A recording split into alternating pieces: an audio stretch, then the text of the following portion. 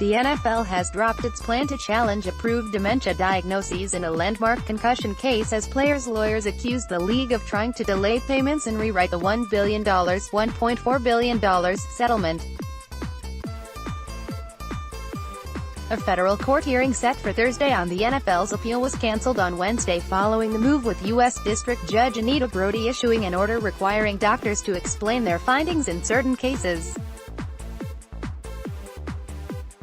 The NFL had asked to challenge some diagnoses made by settlement-approved doctors and upheld by a court-appointed administrator whose decisions are supposed to be final. The league nonetheless filed an appeal on the grounds that the standards used to diagnose the ex-players with dementia were not being applied consistently.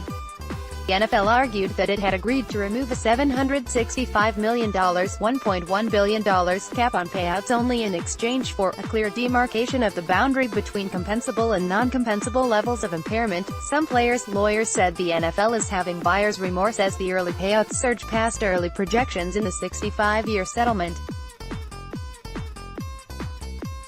Plan administrators have approved more than $600 million, $837 million in claims, and paid out $425 million, $593 million in the first 2 years alone.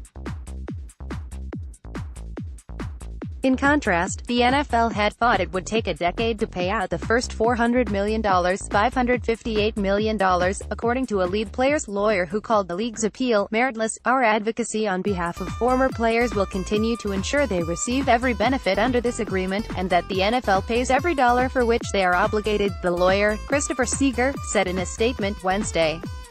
Messages seeking comment were left with an NFL spokesman. Retired players can seek awards of as much as $3 million, $4.2 million for moderate dementia and $1.5 million, $2.1 million for mild dementia, although most men would get far less. Settlement resolves thousands of lawsuits that alleged the NFL hid what it knew about the risk of concussions in order to return players to the field. The settlement offers retired players baseline testing and compensation for 4 types of illnesses: Alzheimer's disease, Parkinson's disease, multiple sclerosis, and dementia.